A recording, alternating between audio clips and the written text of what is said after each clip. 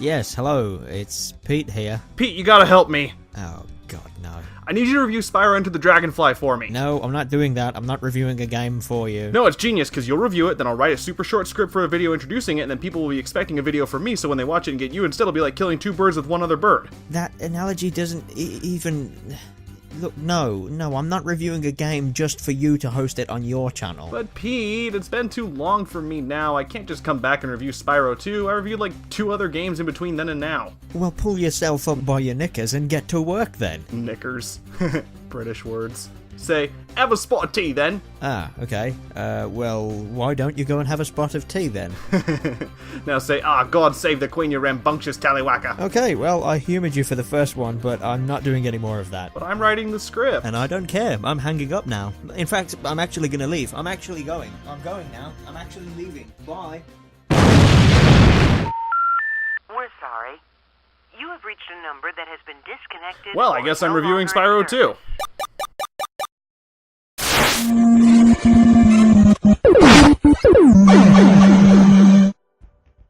So, Spyro 2, huh?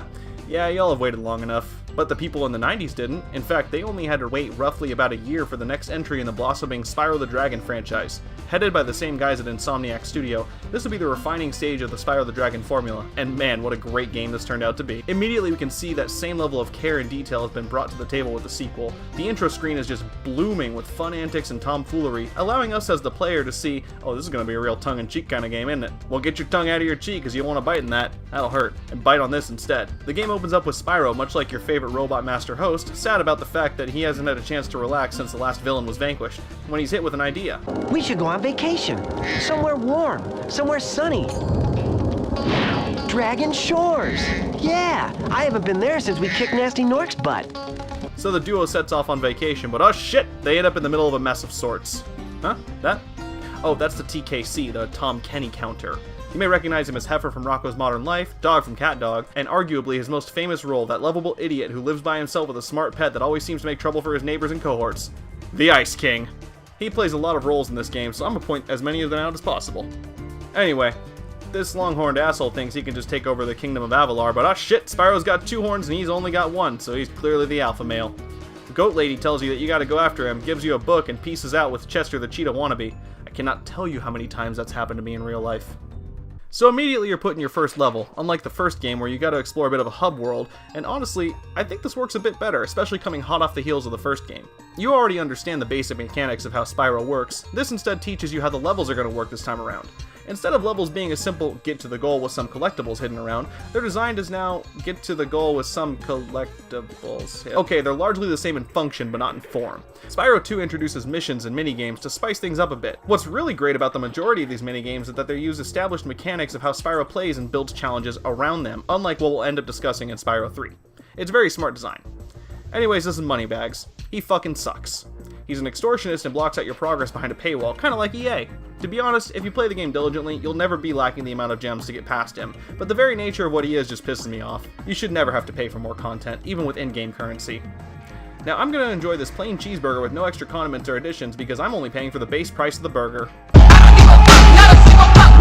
After you beat the first level, you'll get access to the hub world of the game. Unlike the first game, it's much more peaceful and open for exploration. Goat Lady shows up and... I'm a fawn, you dork. Oh, sorry. Oh, right, sorry. Alora the Fawn tells you that you gotta do things to get to Ripto, and I don't need to explain it, it's a video game, you know how progress works. So in the first game, the collectibles were the gems, the dragon eggs, and most importantly, the crystal dragons. In this game, you have gems, orbs, and talismans. To progress to the first 2 kingdoms, you have to collect talismans from each level, and then you can fight the boss to move on. So it seems like it's building up these talismans to be something important, I guess. But then when you get to the third world, they throw talismans out the window and demand you use orbs instead. This shouldn't be too hard, as most of the orbs are hidden by decently fun minigames. Did you guys hear that? Anyway. There's a few tutorial things around the hub world, the fat-ass extortionist shows up, but of course the main draw is the levels, and boy howdy, they stepped the presentation the fuck up! I mentioned in my first video that one of the many strengths about Spyro's level design was the fact that its levels all felt like they were telling a story, and in Spyro 2, this strength is essentially doubled. Every time you enter a level, you're presented with a small cutscene showing off the inhabitants doing something silly when, uh-oh, bad guys! Alternatively, when you leave the level after beating it, you're shown the aftermath of your actions. It's a nice opening and closing of the book, so to speak.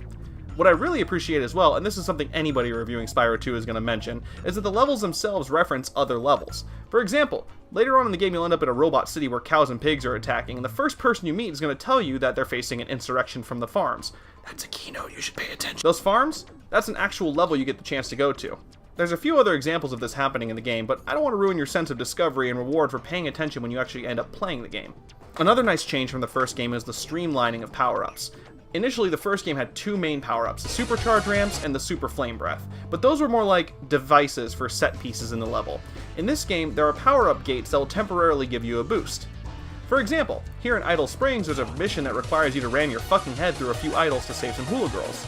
To do so, you have to run through a gate to activate a speed boost, but to activate these power-ups, you have to kill a certain amount of enemies in that level. That's something else I really should touch on. Enemies no longer drop gems or any other kind of orbs like in the first game. Instead, their souls go to these gates to activate power-ups. I really prefer this because there's no real punishment for not killing every single enemy in a level. If you remember, after you killed an enemy in the first game and they dropped their gem, if you killed that enemy a second time they drop an orb, and getting enough of these orbs would give you an extra life. Now, extra lives are regulated to special butterflies that can be found in bottles hidden around the level, or by randomly killing fodder. It's a nice little change I greatly appreciate. Anyway, after doing a few levels and meeting Tom Kenny a couple of times, you get to fight your first boss, Crush, and it's a fucking JPEG. Another huge improvement this time is the boss fights. In the first game, boss fights all fell into one category, flame the bastard until it was dead, which usually was 3 hits. In this game, bosses actually require some strategy and perseverance. Crush, for example, stands on powered pads and can't be hit while he's standing on them.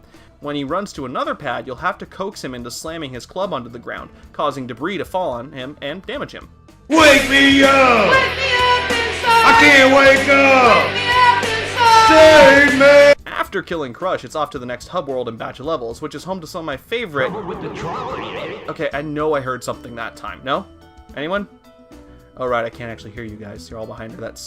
Y'all guys are behind that screen, the fourth wall, as it were. Anyway, it's off to Zephyr with these outstanding Americans where they're defending the home from the invasion of stupid birds. It's a fun level with a real warlike feeling to it, allowing you to mount cannons, dodge bombs from above, etc., etc. It's also home to one of my favorite line deliveries in the game. What light from yonder window breaks? That window up there, dummy! I don't know, just the way he switches gears so quickly always gives me the giggles. I really hope the new voice actors in the remastered edition study the lines from the first game, because some of these deliveries are fucking gold. After Zephyr, it's on to Breeze Harbor, where these absolute units of birds are defending themselves from an attack of people from Mississippi. Yeah, that's a fat joke. Yeah, I looked up which state is the fattest. It's facts, fucking sue me. Now this level is home to a very infamous minigame involving a trolley or something, and... Trouble with the trolley, eh? Oh, that's what I've been hearing. All right, I can see that I will have to teach you how to be Trolleys.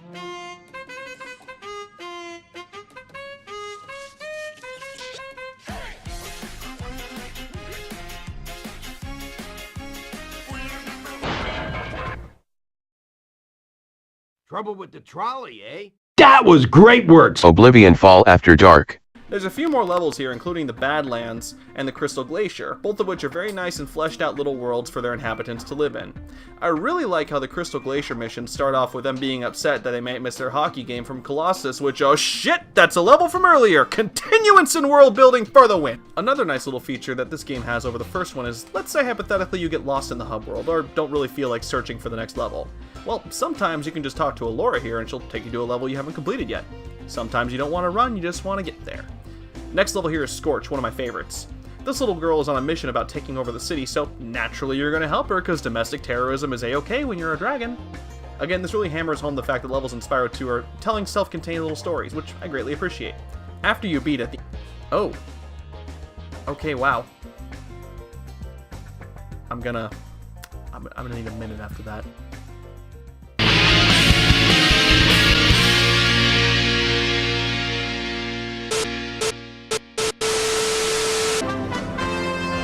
Tonight on the news, Anchorman Blitz presents the recent events in YouTuber culture. Hello and good everyone, this is news. British YouTuber Petronius releases a quite entertaining Halloween review on the Muppets PS1 game. With plenty of laughs and janky graphics, this review should surely leave you in stitches. Local reviewer Crantime actually manages to eat 12 eggs.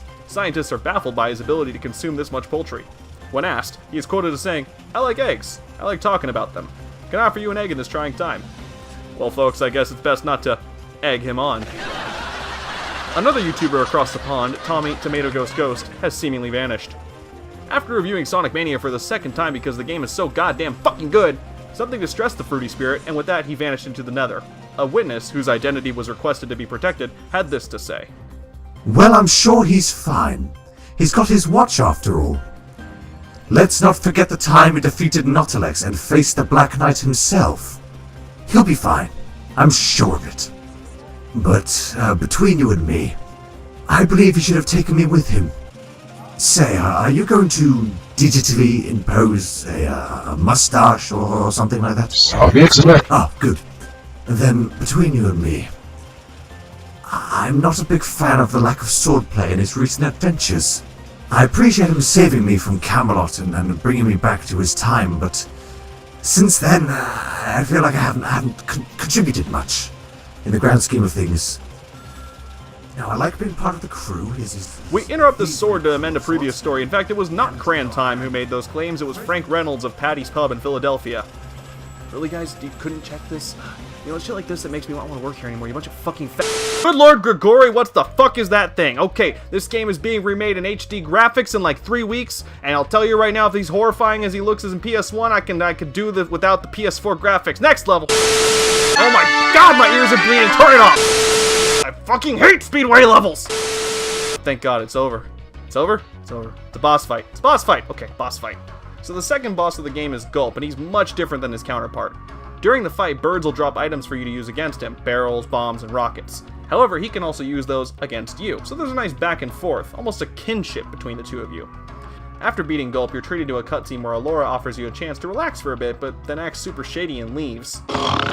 Hey, where'd Alora go? I better follow her. Acting talent!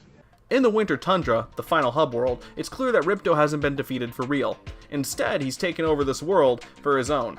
Here, Moneybags teaches you the final move, a head bash, which really isn't utilized that much. It almost feels like an afterthought. You don't even use it against Ripto in the final fight, but spoilers, I guess. Anyway, there are 4 worlds here that act nicely as polar opposites. 2 of the worlds are super magic based, whereas 2 of the worlds are based around robots, so you get a nice sense of yin and yang between each set. The Mystic Marsh is inhabited by these weird snail creatures, and it's a very nice horizontal level with a lower and upper area, which is also littered in the mid area of being made up of treetops and bridges between the bungalows. Hey, did you know? Guy Fieri is such a fan of Spyro, they allowed his likeness to be used on these coins in the fountain. That's a fucking fact, because I said it is. The Cloud Temple is the other magical-based level. Here there's a battle between wizards and warlocks, and you get caught in the middle of it. Haven't mentioned I love the story-building dynamics in these worlds yet, it's because I really love— Get on with it. Yes, get on with it. Oh shit, was that Tim the Wizard? Anyway, yeah. This level's a lot of fun with a good bit of climbing and feeling like you're taking the city back from being under siege. It's also got this big fucking dumb minigame where you have to follow a gentleman with Down syndrome back to his secret base. It's annoying not because of the difficulty, but because the game design is not conducive for stealth-based gameplay. I mean, here we have a game where one of the power-ups is flight and speed boost. You want me to slow down and hide from this guy? No, this is a bad idea, and I've beaten it, and it's done. Fuck you, I'm the best. Well, second best. There can only be one best. You know that I'm the cream of the crop. Oh. In the arms of an angel. Metropolis is under siege from cows and pigs and shit, and you've got to stop it.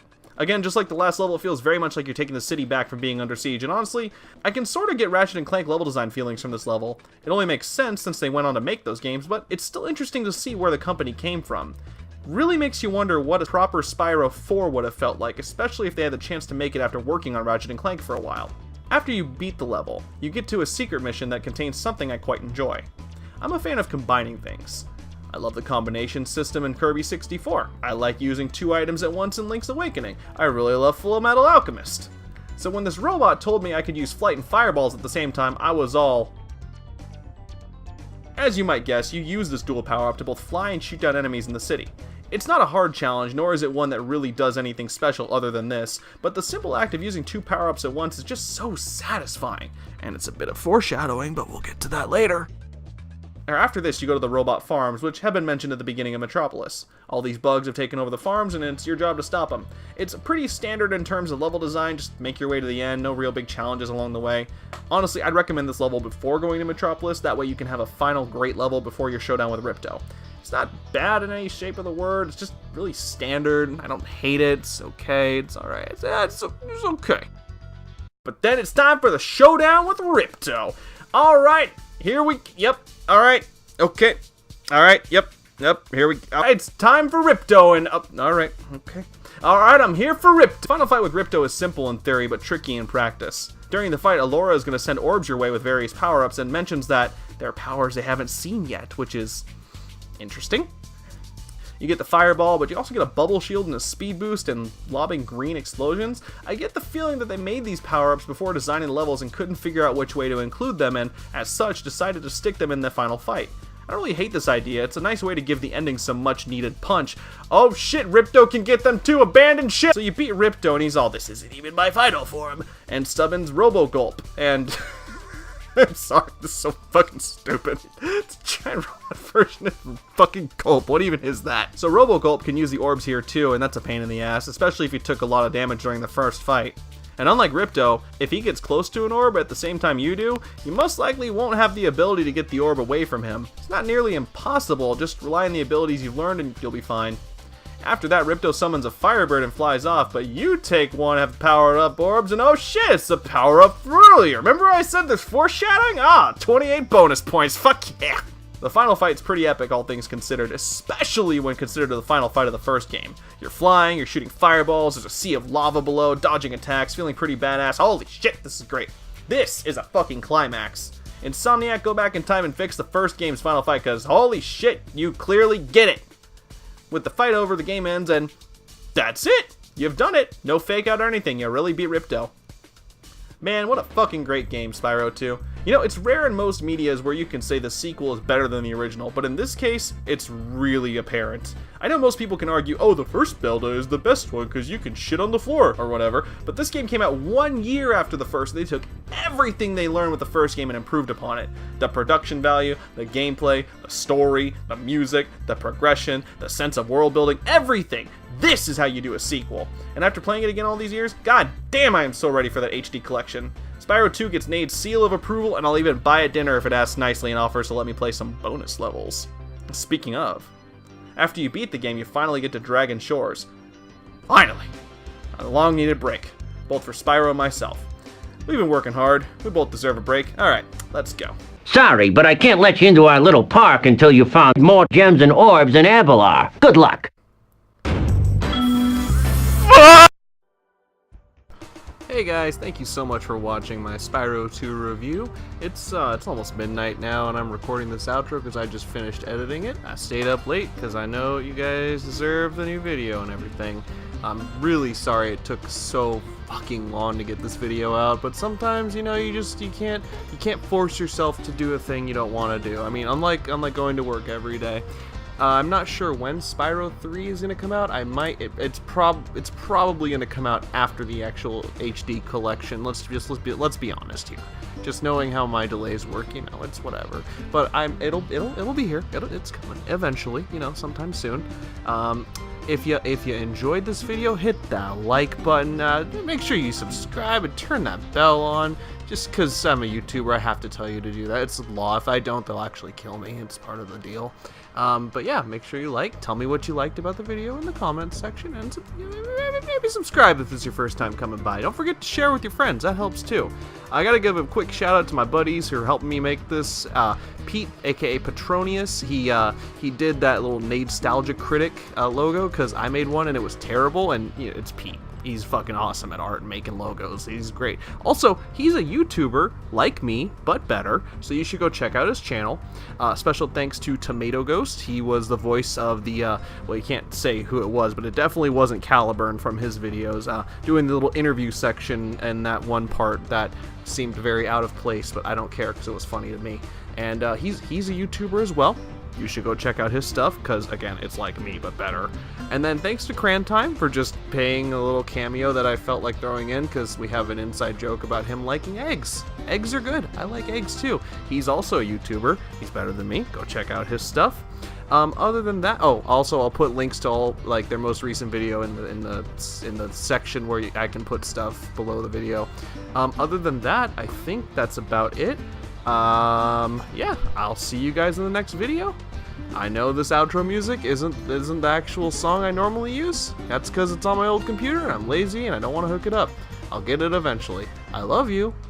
Bye.